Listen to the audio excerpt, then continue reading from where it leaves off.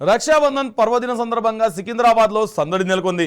మాజీ మంత్రి తలసాని శ్రీనివాస్ యాదవ్ తన సోదరీమణులతో రాఖీ కట్టించుకున్నారు. రక్షాబంధన్ అన్నా చెల్లెళ్ళు అక్కా తమ్ముళ్ల మధ్య ఉన్న గొప్ప అనుబంధానికి ప్రతీక అన్నారు. రాఖీ బంధానికి ప్రతి ఒక్కరూ విలువ ఇవ్వాలని కోరారు.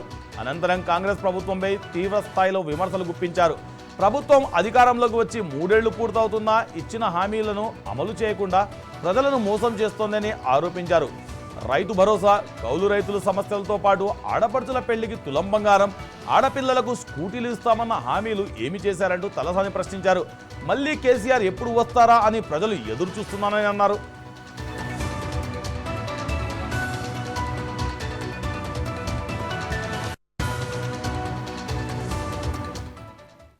అందరికీ మన భారత సాంప్రదాయం ప్రకారం రాఖీ పండుగ అనేది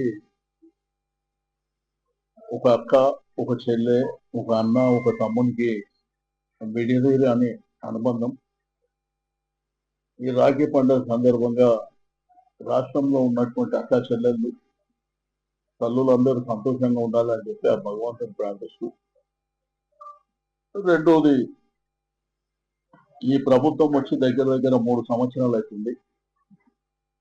ఈ 3 సంవత్సరాల కాలంలో అంటే డిసెంబర్ వస్తే 3 సంవత్సరాలు అవుతుంది. మోసపూరితమైనటువంటి హామీలు ఇచ్చి, అలవిగాని హామీలు ఇచ్చి, ఆ రోజు ఎలక్షన్లో గెలుపొందిన తర్వాత 3 సంవత్సరాలు దగ్గర దగ్గర రైతాంగానికి ఇస్తున్నటువంటి రైతు భరోసా విషయంలో కానీ, కౌలు రైతుల విషయంలో కానీ, రెండోది బోనస్ విషయంలో కానీ, దీంతో పాటు ఆడపడుచులందరికీ 2500 ఇస్తామని ఒక పెద్ద మోసం.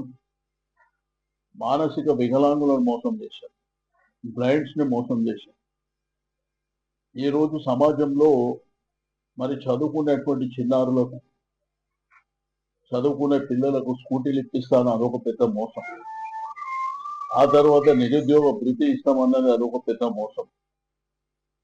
ఇట్లా చెప్పుకుంటూ పోతే ఒక ఆడపడుచు పెళ్లికి భారతదేశ చరిత్రలో కేసీఆర్ గారు 1 లక్ష రూపాయలు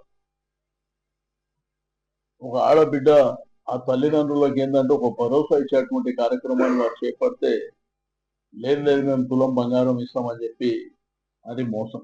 20 మోసాలు చేసి అధికారంలోకి వచ్చిన తర్వాత మీరు చూసిండ్రు, ఆ రోజు కేసీఆర్ గారు ఏవైతే ఫౌండేషన్ వేసిండో, ఏవైతే కార్యక్రమాలు తీసుకుంటారో, జిల్లాలలో మెడికల్ కాలేజీలు కానీ, అదేవిధంగా ఫ్లైఓవర్లు కానీ, అండర్ పాస్లు కానీ, ఏదైతే గ్రేటర్ హైదరాబాద్ పరిధిలో 4 ప్రాంతాలలో సూపర్ స్పెషాలిటీ హాస్పిటల్స్ కానివ్వండి, మన చూసిన టెయిమ్స్ హాస్పిటల్, అది మన ఆయంలో 60% పని జరిగింది. మీరందరూ సాక్ష్యం, ప్రజలందరూ సాక్ష్యం.